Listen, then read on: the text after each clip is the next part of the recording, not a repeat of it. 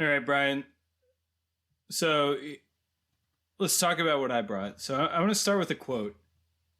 Remember, kid, there's heroes and there's legends. Heroes get remembered, but legends never die. I think about this quote a lot, Brian. Do you know what that's from? That's from The Sandlot. Oh, good pull. It's what the ghost of Babe Ruth tells Benny the Jet Rodriguez in his dream. I'm so happy you recognized it, yeah. I love that quote. It's a good line. It doesn't really mean anything, but I really like it. Maybe it means something. Let's think about that. Does that line mean anything? That's going to be our thesis statement here. So this week I asked Brian to watch a YouTube clip of a basketball game. So definitely not a film. I would say less of a film than It's Potty Time. It's Potty Time has a letterbox page. This YouTube clip will never have a letterbox page. What's your thought on the film, not a film of this, Brian? This episode's going to bring like some colossal tone shifts. Again, the assignment is just something that's not a film. Yeah. And we're going to be talking now about our different approaches to watching sports. I basically just don't watch sports. I occasionally will watch some of like the Olympics. I just like the medley of seeing like a bunch of different sports. It's like a sampler platter. It's like, okay, I could get a little bit of curling, a little bit of long jump. I guess those aren't on the same year even, but just see what the different countries are good at and see all the different types of stuff. And you know, maybe I watch the Super Bowl, but it's to check out the commercials, and maybe I go to a baseball game, but it's to drink a beer and eat a pretzel. But Dan watches sports. Dan thinks about sports, and that's cool. And let's hear about that. Well, let's hold that thought, because saying I watch sports is a little bit outdated. Let's dig into this. Some background info relevant here. The NCAA, the NCAA, is the main organization that operates college sports. So if you ever watch a college football or basketball game, or like hear about a tournament or something, it's NCAA. So that's basically synonymous with college sports. And the NCAA is broken into 3 divisions. Divisions 1, 2, and 3. And each of these divisions basically are their own leagues of sports, so they only compete within their same division. And the thing that kind of separates those divisions is basically the amount of funding they get. And also then I guess as a synonym, like how competitive they are. So Division 1 is the highest funded. Division 3 is the least funded. Actually, one rule about D3 schools is they are not allowed to offer scholarships. So everybody who's there is just happens to also be a student, but they're on the team. Whereas D1, basically all of the students who are on these teams are there because of that and getting scholarships for that. But if you watch any game on TV or ever see headlines about college sports, it's about D1 NCAA. So, Brian, I went to UVA. That's D1. My wife went to Virginia Tech, also D1. Brian, even William and Mary, which is not an athletic powerhouse, is a D1 school. Oh, cool. I don't know if you knew that. I did not know that. What I know about the NCAA is that my friend Ben, he was, I don't know if he got I don't even know if they have gold medals or what the trophy is. He did well in an NCAA swimming tournament. Yeah. He went to Duke, right? Yes. Yeah. Are they also D1? Yeah, Duke's D1 for sure. Okay. Yeah. We got some spoilers. We're going to have some North Carolina synergy in this episode today. But so the game we're going to talk about today is unusual because it's actually a D2 basketball game. And it's from 2007. So Division II basketball games are almost never broadcast nationally. And this one was, though. It was a championship game. So it's the championship of all of the basketball teams. This was like the title game. And Division II is kind of like D1, where it has a single elimination basketball playoff. I mean, I'm sure you've heard of March Madness. Have you ever filled out a bracket, Brian? I have not filled out a March Madness bracket, but okay. I do enjoy thinking about the prizes that they have if you have a perfect bracket, because it's like mathematically impossible. There's just so many different permutations you could possibly have. Right. It's like atoms in the universe, number of possible bracket selections. Yeah. D2 brackets are a little different than D1. So D1, the famous March Madness, is 4 regions of 16. So that's why the Final Four, if you ever hear that phrase, that's a big deal. Basically, the winner of each region into the semifinals to then go into the finals. D2 does it differently. They have 8 regions of 8 teams. So it's the same number of teams. I guess D1 has play-ins, so they actually have a few more, but it's essentially the same number of teams. 64 in D2 for the playoffs. So the game that I sent the clip to Brian about is, again, the championship game from the 2007 D2 March Madness bracket. I don't know if they call it March Madness when it's D2, but whatever the playoff is there. And the 2 teams that are involved are Winona State and Barton University. Winona State University, Barton University. Winona State comes from Minnesota. And they, coming into this game, they had a 57-game winning streak spanning 2 years. Brian, a 57-game winning streak in basketball is just patently absurd. It's like flipping heads 57 times in a row. It just doesn't happen. That's crazy. Yeah. So they're easily the number 1 ranked D2 team that year. I'm going to stop saying D2. Everything here is in the context of D2. So they were the number 1 team that year, but it's more than that. They were to Goliath what Goliath is to David. They're just like trouncing teams, just absolutely dominant empire here. And they had 2 of the top 5 players in the country, one named John Malvick and one named John Smith.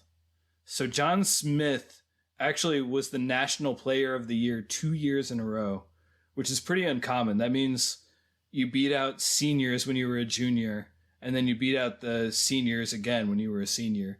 And that basically never happens. They had John Smith and then John Malvick again. He's going to be more relevant for this game. He was the other kind of top 5 player in the country.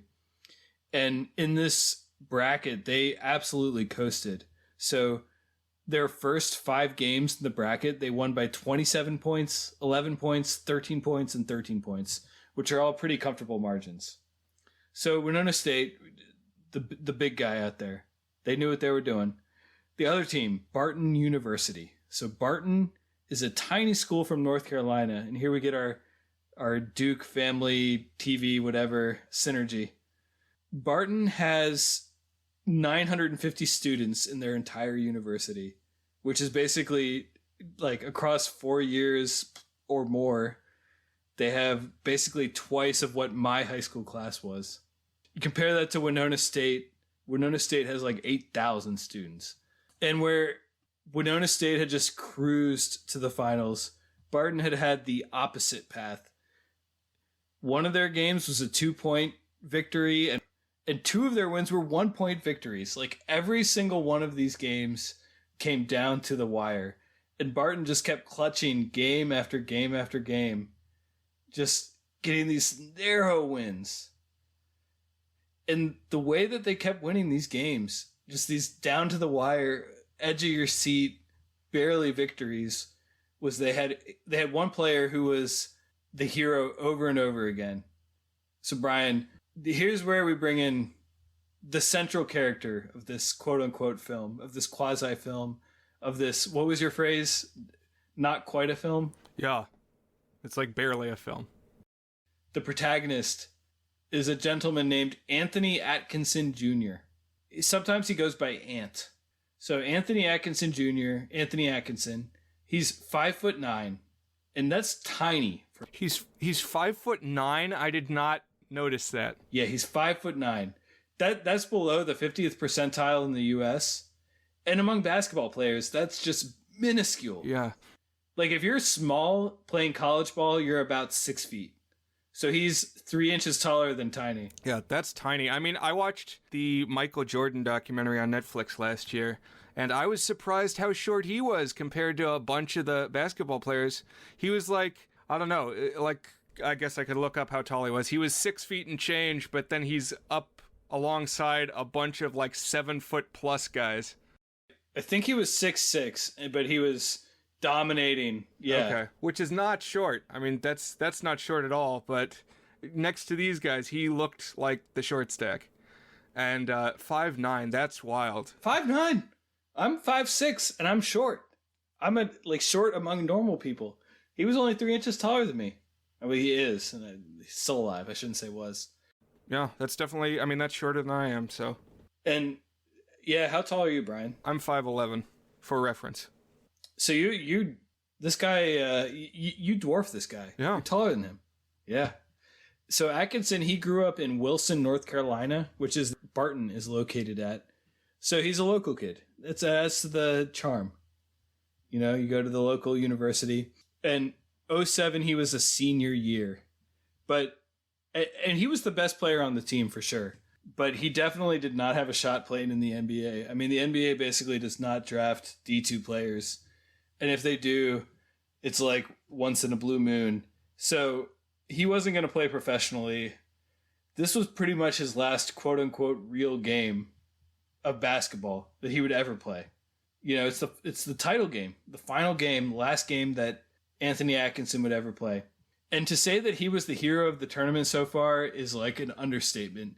He had hit 3 game-winning shots so far. And remember, they're like by the skin of their teeth every single game. He's the ice in the veins, staring down death, rising from the ashes over and over again. Just unheard of stuff. He was really the hero coming into this game. One thing I'd like to see that I've never seen is like a super cut of all of his game-winning shots. I mean, I've never seen one. I've done plenty of searches for it, never seen it. But I know that he was the linchpin kind of coming into this title game. So anyways, we're in the championship game. The date is March 24th, 2007. I did not watch this game live. I wish that I had. But I heard about it shortly after it happened, and I tracked down clips on YouTube. It might even be the same YouTube video that I sent you, Brian. It's like a 4-minute and 26-second clip. The game. And it's like the last 45 seconds that are the key. That exactly, yeah. So for context for where this clip starts, college basketball games have 2 20-minute halves in regulation play. And then if the score is tied at the end of the game, they go into 5-minute overtime periods until somebody comes out on top. So typically it's just one overtime if it goes into overtime at all. Hypothetically, it could go into multiple overtimes if they kept just ending those 5-minute periods with the score still tied. I've actually never seen the first 39 minutes of regulation of this game. And this clip, which I've watched maybe a million times, like Brian said, it's the last 45 seconds. Specifically, it's the last 45.6 seconds of regulation. That's when it starts. 45.6 seconds left in regulation. So the score at the start of the game is with Winona State. So they're the Goliath. They're up by 6 points. So the score is 73-67. And this clip starts with the player Zach Malvick. So he's one of the 2 top 5 players in the country. He's at the foul line to shoot 1 foul shot. So before we talk about what happens, just a couple of impressions about some things we learned from the first few seconds of this clip. First of all, Winona State, they're the team with the 57-game win streak that cruised on in.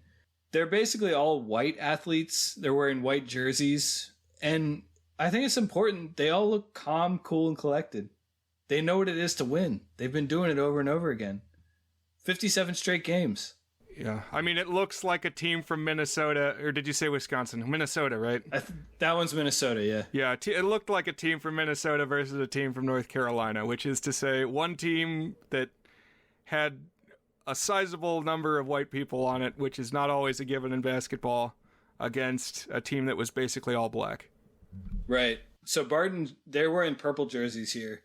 And they're almost all black, and they look a little more fired up in general, which is not a positive in basketball. Being calm, being relaxed, and having control of the game is usually a good thing. Like, there's some anxiety to Barton and their energy. But yeah, they're all black, just about. And they're wearing purple. I like purple as a color. So this clip starts with John Malvick, one of the stars on Winona State. He's shooting a free throw. And it's important to understand this opening free throw because, as I said, it's a 6-point game when we kind of hop in here. So this free throw, if he makes it a 7-point game. Now in basketball, you can get up to 3 points per possession. So what this means is that if this free throw is made, then we need 3 possessions for Barton to catch up with Winona State. And that's even assuming that Winona State doesn't score enough to make it even another possession on top of that. So it could be even more than that. Basically, if they make this shot, it's extremely safe padding for 45 seconds. An NCAA basketball court is 94 feet long. So think about here, which is what you have to do. 3 times you need to cover 94 feet. 3 times you need to score and make sure the other team doesn't score. And on top of that, the shot clock is 24 seconds. What that means is the maximum time that a team can hold the ball is 24 seconds. So just there, Winona State can essentially run out the clock. They don't even need to do anything. They just need to keep the ball in their hands to make sure that Barton doesn't score and have a shot at coming back. Basically, the only way that this could even be considered a remotely competitive game is if Barton has some sort of serious, significant shenanigans. But what do you know? Malvick sinks that free throw. Alas for Barton. We got a 7-point ball game. The score now is 74-67 with Winona State up by 7 points. All right, so now here I'm going to start describing the action in the frame here. So the ball gets passed into Anthony Atkinson. That's the player I described on Barton. Purple jerseys, underdogs. He comes up court. He does a little bit of a spin move. He blows past the defenders. He gets a layup. Now the score is a 5-point game, 74-69, 38.2 seconds left. He made it look painless. The 5'9" point guard here. So Winona State now inbounds the ball to Malvick again. And here's what Atkinson does. And this is what any player would do. They do an intentional foul on Malvick. So basically the idea here is rather than letting them burn out that 24 seconds, let them shoot foul shots instead. So now their possession basically takes no time. And so this just gives you just a little bit more time to squeak out a comeback here. So another thing here that I want to point out, there's 2 commentators on the game, as there are for most nationally televised basketball games. The 2 commentators are Dan Bonner, who is in the role of color commentary, basically like giving his opinions as things go, and Ian Eagle is the play-by-play, which is basically describing what happens. They have pretty similar voices, so I don't even know who says some of the things as we go along, but these are our 2 commentators, Bonner and Eagle, which I think are pretty good names in general. Mm-hmm. I didn't register, actually, that it was different people. I thought it was just one guy talking. Because they sound pretty similar. But right here is where Bonner and Eagle, they note that Winona State is a really good free throw shooting school. So all the players, they shoot good free throws, and Malvick in particular is very excellent at shooting free throws. And to me, this is not a surprising stat because free throws are like an example of regimented discipline. And if you're going to have like huge win streaks, you need basically like militaristic devotion to getting these types of edges. That's how you get those 57-game win streaks in the very rare occasions that you do. So the type of free throw that Malvick is shooting here is called a 1-and-1, which basically means that he gets one shot, and if he makes it, he gets a second shot. But if he misses it, now either team can take the rebound and play just continues. So Malvick's like, he's automatic. He makes the free throws. 35.5 seconds left in the game right here. He misses it. You don't miss your free throws, Brian. Rule number 1. That's how you win championships. You make your free throws. Barton grabs the rebound tosses it back to Anthony Atkinson. It's got to be in his hands, the hero. So we got 5 points as a deficit, 35 seconds to go. That's better than a 7-point deficit at 45 seconds, but that's still an implausible gap at this point. Atkinson, he just comes flying up the court. He's got some razzle-dazzle kind of ball handling. He does a pull-up jumper around the foul line, and he makes it again. That's not an easy shot to make. But he makes it, and so the gap is now down to 3 points.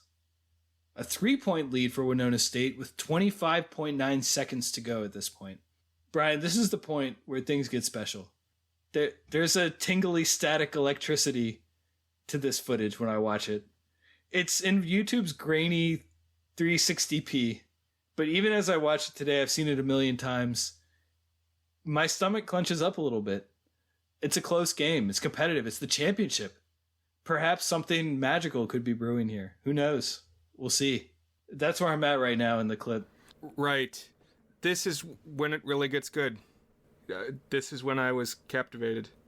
Indeed, right away, something crazy happens. So Winona State is inbounding the ball. So in basketball, the inbound pass after the other team makes a basket is like the safest, most routine part of a basketball game. It's like pulling out of a parking lot spot, you know? It's like, it's just auto. You don't even think about it. You just do it. So a player on the Winona State side named Quincy Henderson, he tosses the inbound pass, but he's being too lazy about it. He's not thinking that this is the championship. He's just being automatic, going through the motions. And Barton, a player named Errol Frail, he nabs the ball out of the hands of the player it was passed to, who was named Giante Flowers on Winona State. And Frail immediately passes it back to who else but Anthony Atkinson, who was right in the right spot at the right time. He grabs the pass, hanging out near the lane. He goes up for a shot. And at this point, there's like 2 or 3 players just like essentially shoving him downwards, just blocking his shot, making sure he doesn't make this one shot. It's like magic. He gets the ball up out of those hands and it goes in, and Winona State gets called for the foul on this, which is really crucial because it was a 2-point shot. There was a 3-point deficit. He made it. Now it's a 1-point game. What the hell? 22 seconds left. It's a 74-73 game now. And Atkinson gets to shoot his one shot, his and one, to tie the game. This is his destiny, Brian. This is Anthony Atkinson's destiny. The man who had made 3 game winners already this tournament. He had sunk 3 just the clutchest shots you could ever hope to clutch. He had brought a 7-point deficit down to 1 point single-handedly with his shots. How proper that he would be the man to tie the game with this foul shot. I'm watching this. My heart is pumping. I know your heart is pumping too, Brian. Right. This is, I said 45 seconds. I guess all of that transpired in the 45 seconds. This is when I was paying attention because there's a point apart and he's going for this free throw. And so, yeah, he's just got to sink the basket. He's obviously their best guy. And if he does this, it's all tied up. Yeah. And he's reliable. He's 82%. He's clutch too. He does better when it's on the line. So there he goes. You know he's going to do it, Brian. What does he do? He misses the shot. It hits the rim and bounces off, and it makes this sound. It's like boing, boing, boing. And I thought the video was over. I thought that was the end. I thought the point of it was just that his big moment is botched, and the career shatters. The commentator Bonner, what he said, here's how he put it, and I like this. He said, Anthony Atkinson, they would not be here without his play throughout this tournament. But a free throw with a chance to tie the championship game, and he comes up short. The hero has fallen, Brian. Winona State, they grab the rebound after this missed shot. 19.4 seconds left. Winona State comes in, they make the foul. Giante Flowers is the player. You might recall him. He was the one who kind of lost the steal earlier. So he goes to the line. misses his first shot. You can't miss these shots, Brian. You got to make the free throws if you're going to win championships. Now the camera cuts to Winona State players on their bench. Remember I said earlier they were kind of feeling calm, cool, and collected? They were in the place. It was going to be relaxed, an easy win for them. They're looking shaken now. This is the moment that I was thinking like, we'll see what happens here. That doesn't look like the way a winning team would look like right now. But anyways, Flowers, he makes his second shot. So he missed the first one. He makes the second one. That makes it a 2-point game at that point. So it had been 74-73, now 75-73. Atkinson gets the inbound pass, and he brings the ball up. He brings it to the top of the key. So that's like around the top of the 3-point line. You can just see it in his eyes right now. He's thinking about this shot at redemption. He missed that free throw. Right now, if he makes a shot, this game goes into overtime. He's ready for it. He cuts left. He dribbles around one of the men, and he goes to the basket. And he does this maneuver. It's very Michael Jordan-esque. We talked about Michael Jordan a minute ago. He goes up for the shot, but then he kind of comes down and under. It's like a reverse. He's going up. He reverses it underneath, goes to the other side of the rim, and he lays the ball in. This is 4 shots in a row. Excusing that one missed free throw, 4 shots in a row that he's made a clutch shot. It goes in, 7 seconds to go. And the commentators, Bonner and Eagle, they're just losing it at this point. Bonner says, "Oh, what a play." They had been down 7 with 45 seconds to go. The Mad Lads did it, Brian. They came back. Now all they needed to do, so there's 7.6 seconds left. They tied the game. It couldn't be done. They did it. All they have to do is make sure that Winona State does not score in that last 7.6 seconds. If they don't score, the game goes into overtime. That's their shot. That's Barton's shot. They're going to win this game in overtime. So Zach Malvick, who you might recall as, he's one of the stars. He's one of the faces of the Winona State empire, as you will. He grabs the inbound pass and he starts bringing the ball up the court. 7 seconds left. Not much time to do much. He wants to win it now. You know, he knows if he makes this shot before time expires, he just takes it now, forget overtime. And remember, all this is happening when the clock is not really stopping. So like going from 15 seconds to 7 seconds is like just happening in the blink of an eye. It's like a breathless wink of a moment. Malvick has the look. He's got the fire. He wants to keep Winona State alive. And he's ready to go. He wants to go take this thing right now. He's looking ahead. He's looking at the trophy in front of him. He's looking at the basket in front of him. He's going to look ahead and make this shot. But Brian, he forgot one thing. He forgot to look behind him. Because Bobby Buffalo, he's a player on Barton. He's been shadowing behind Malvick during these first few seconds of the ball being inbounded. Just a couple steps behind him. And there's this moment where Malvick slows for just a second. He's kind of scouting the court ahead of him. He pauses, he pulls back. It's a flicker of a pause. Barely a hesitation. But that's all it took. Buffalo lunges forward. He grabs the ball from Malvick with 4 seconds left in the game. 4 seconds is not a lot of time, Brian. There's not too many things you can do in 4 seconds. I don't know what those things are. Putting myself in the place of this team in this instant, you're Barton. What you should do is you call a timeout right now. That's the smart thing. That's the game-winning strategy. You got enough time. 4 seconds is just enough time to stop what you're doing, think about your options, drop a play, and try to get the ball in the right player's hands, maybe get a good shot, win the game. Worst case, you're just going to overtime. So why not pause and try to do something?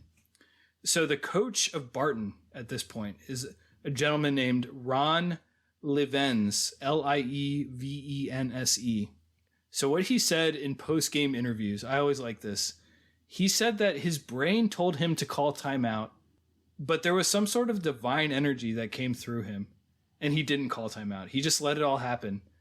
He said, this is verbatim, "I can't tell you, but peace just flooded me. I knew that something was going to happen. that Anthony was going to make the right decision. I don't know what it was, but a peace came over me. Brian, I'm not sure whether or not I believe in God, but if I did, I would say that God was speaking to Lee Venz in that moment right there. So remember, Bobby Buffalo had just gotten the steal, and 4 seconds left. He spots Anthony Atkinson, the man who had fallen, the man who had missed the shot, and yet had still come through to tie the game. He's at half court. Buffalo passes him the ball, and now Anthony Atkinson has the ball in his hands. There's nobody between him and the basket. It's just 50 feet of pure potential energy, 50 feet of manifest destiny, 50 feet to become more than a hero. And if you're listening to the play-by-play caller, Ian Eagle, right now, he says, "He's got time!" So Atkinson runs up the court. He goes in for the layup. The ball rolls off his fingers with 0.1 seconds left in the game. It slides through the net. 77-75. Winona State has fallen. Their 57 win streak game is over. Barton wins the basketball game and wins the championship. The crowd loses its mind. The announcers are like even as hyped as people in the stands, maybe even more so. Bonner, he goes, "It's good! It's good!" He just can't hold in his emotion. It's an emotional moment, isn't it, Brian? Yeah, and it did a replay because, I mean, when it happened, it's so fast and there was so little time on the clock. It's like, did that even count? And this big, like 5-second clock comes up and goes along with the replay. And yeah, he jumps up in like the last half second, extends his arm, and the ball rolls off the fingers right at 0.1 seconds. The last moment you could let it go and still have it count. And then it goes into the basket as the buzzer sounds. It's unreal. And I also really like what happens right after that basket goes in. It's like we get a few shots here that to me are just impressionistic poetry. I don't know where anyone is at any one point as they're like hopping from person to person. So Zach Malvick is crying, of course. He blew it. He's slumped over, devastated. The Death Star exploded. The Empire fell. The 57 game streak over. We see some Barton player. I don't even know who this is. He's just torn off his shirt. He's running around. He's got this gleam in his eye. Just the pure intensity and thrill of winning a wild game like this. And then, of course, you got a dozen people just mobbing Anthony Atkinson. He scored 10 straight points in 37 seconds. The only interruption to those 10 straight points was one free throw on Winona State.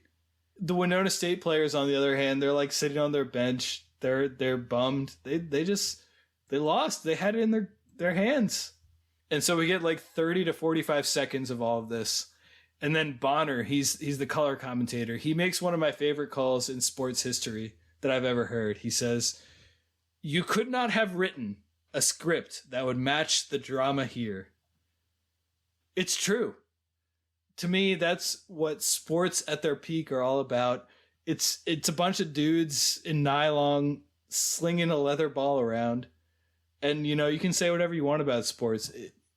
Maybe sports is a proxy for our man's tendency to go to war, or perhaps our lizard brain, to use a phrase you used earlier, to try and gain sexual dominance over other men. I've heard these theories before. Maybe it's just a chance to let the id and ego battle each other and try and find some harmony in like exploiting your purest human strength, but also like cool, logical ability to deconstruct what's happening. I don't know what you want sports to be. I do know that modern sports I've drifted away from quite a bit. I had a like 15-minute lead into this that I thought about giving as a spiel about like my whole history and my relationship with sports. These days I often see sports as kind of like a borderline racist, exploitative business that trades young men's bodies for the discretional income of like a bunch of rubes around the nation. It's just like a big distraction from this world that's kind of crumbling around us. I mean, I like movies too, and they're kind of that too, so I don't know. But for whatever reason, sports has all these flaws if you're going to be like an intense fan. but it is also a stage. The field, the court, it's a stage.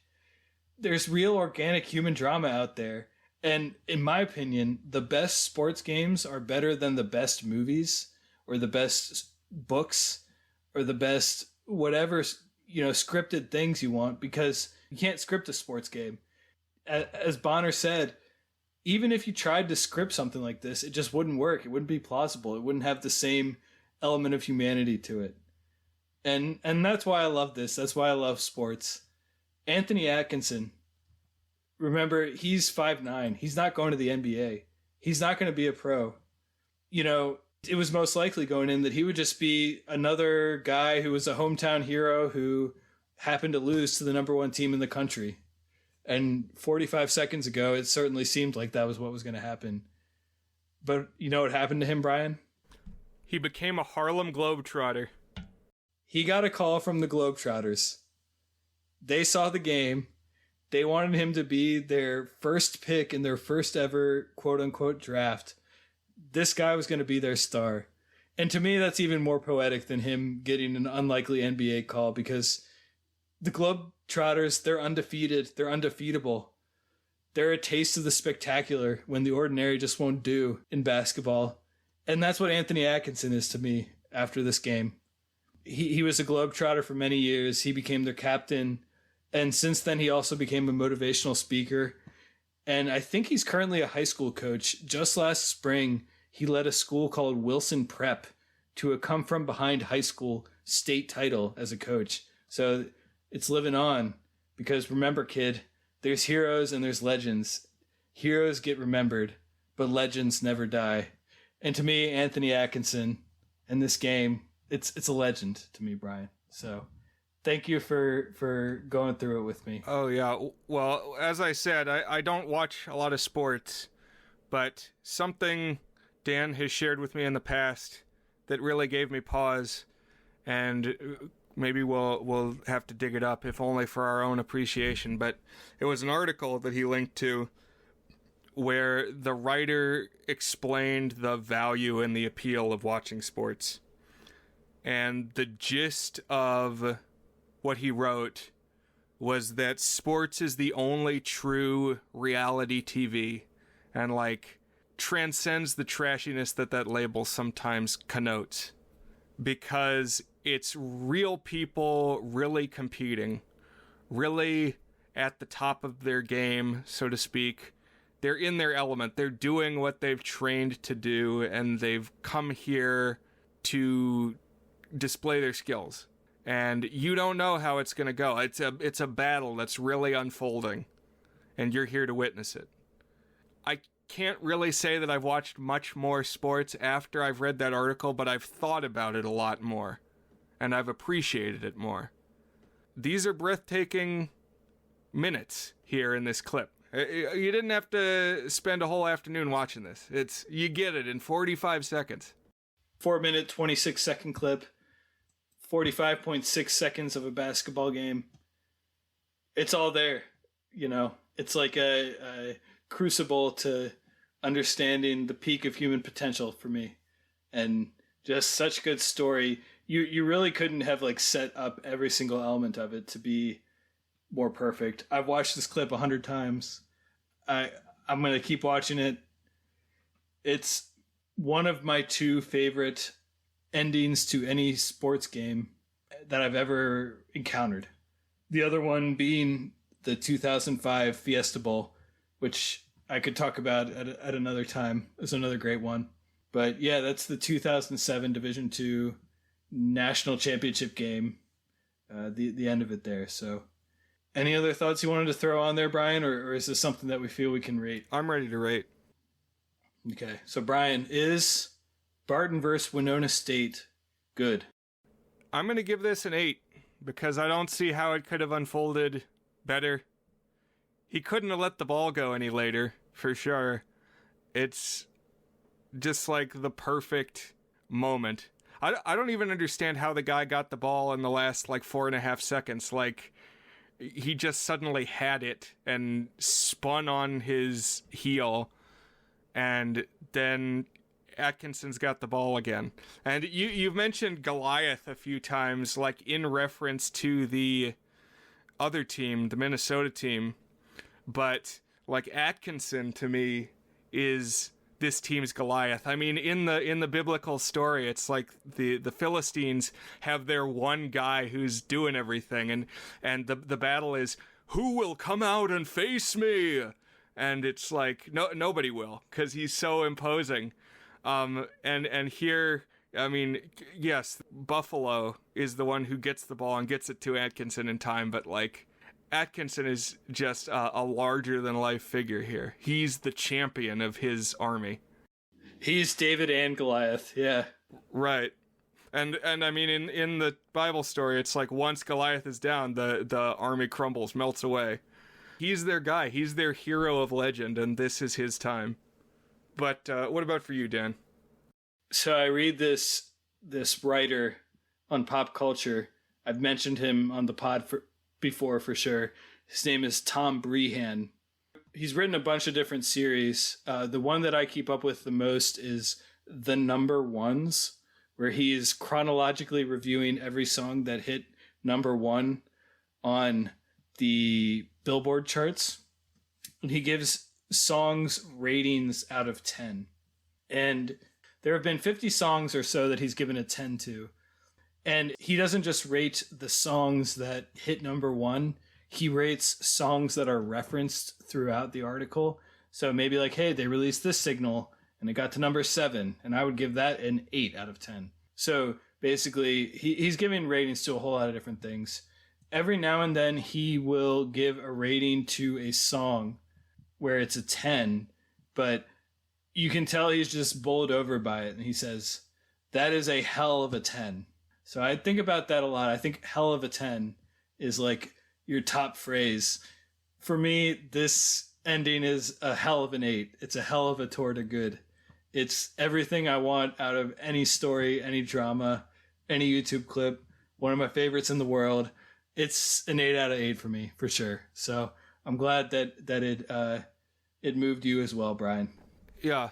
To me, what gets the 8 is it just couldn't be better. It's like you couldn't finish this game better. You couldn't. And so even not reading into all the drama, even not knowing the stories of the teams and their records and like memorizing scores, it just like empirically, objectively, they couldn't have ended it better. It's perfection. Agreed. So that's my contribution to the episode. That's my 8 out of 8. And I think that brings us to a wrap here. Yeah, I think it does. I like this tradition. I hope you like it too, of just pulling in things that are a little outside the box. I might run out of things that I really love enough or have some opinion of to bring in, but let's keep it going. And I feel like I can keep trying to come up with something. So this has been fun. Yeah, I'm not going to run out. We got to like play a VHS board game at some point or something. Honorary Super Pooper Award. Yeah. So tell us what you think too, listeners.